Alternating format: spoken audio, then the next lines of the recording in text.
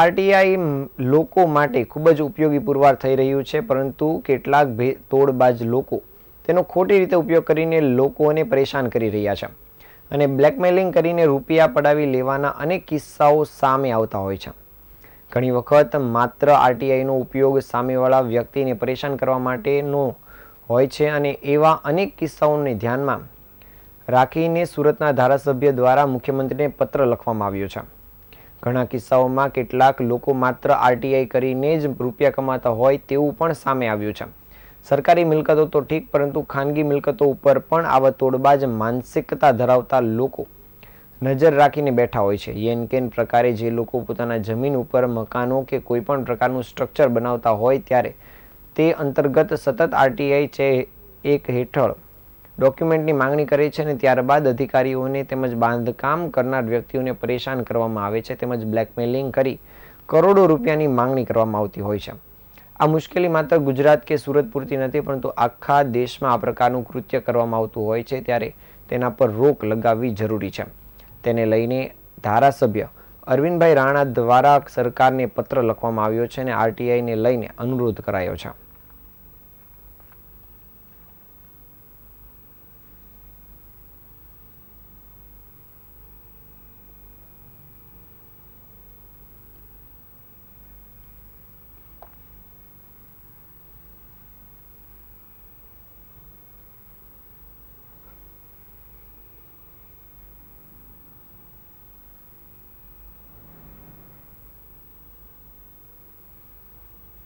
આપણે સૌ જાણીએ છીએ કે રાઇટ ટુ ઇન્ફોર્મેશન એક્ટ 2005 એ અમલમાં છે. દેશનો કોઈ પણ નાગરિક રાજ્યના કોઈ પણ જાહેર માહિતી માટે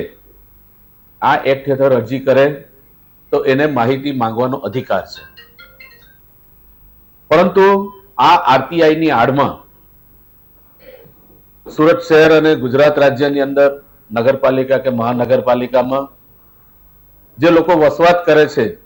ખાનગી માલિકી ધરાવનારા જે લોકો છે, એ લોકો પોતાની મિલકત બનાવતા હોય, મિલકત રિપેર કરતા હોય, તો એ અંગેની માહિતી આરટીઆઈ એક્ટ હેઠળ માંગવામાં આવે, એના નકશાઓ માંગવામાં આવે, એના પ્લાન એસ્ટિમેટ વગેરે માંગવામાં આવે અને માંગ્યા પછી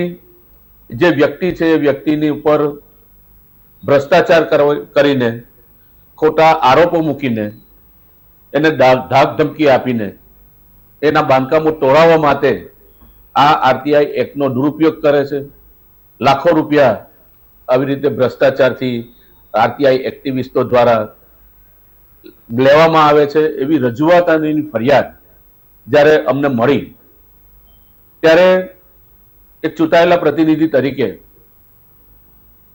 આ જે કંઈક માહિતી છે એ માહિતીનો દુરુપયોગ નહીં થાય એટલા માટે જ્યારે તપાસ કરી તો ખબર પડી કે મહારાષ્ટ્ર સ્ટેટની અંદર, મહારાષ્ટ્ર રાજ્યની અંદર પણ આ આરટીઆઈ એક્ટ હેઠળ ખાનગી માલિકી ધરાવનારી મિલકતની કોઈ પણ બાબતો હોય, એના પ્લાન હોય અને એસ્ટિમેટ હોય કે એના વાસ્તુ હોય, તેની કોઈ પણ માહિતી આ એક્ટ હેઠળ નહીં આપવી જોઈએ અને સુરક્ષાના કારણોસર આ માહિતી નહીં આપવી જોઈએ એવો માહિતી આયોગ દ્વારા રાજ્ય સરકારની તમામ મહાનગરપાલિકા અને નગરપાલિકાને આદેશ કરવામાં આવ્યો છે. આ પત્રની નકલ સાથે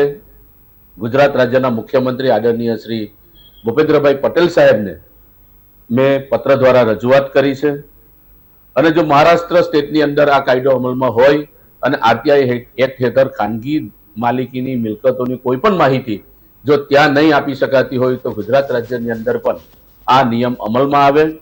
અને આવી માહિતી નહીં આપવાથી જે લોકોને તકલીફ થાય છે, જે લોકોને પરેશાની થાય છે, એમાંથી એને છુટકારો મળે એટલા માટે ચૂંટાયેલા પ્રતિનિધિ તરીકે જે મારી રજૂઆત મારી સમક્ષ આવી છે એ રજૂઆત સત્તાધીશો અને માનનીય મુખ્યમંત્રી શ્રીને મેં કરી છે.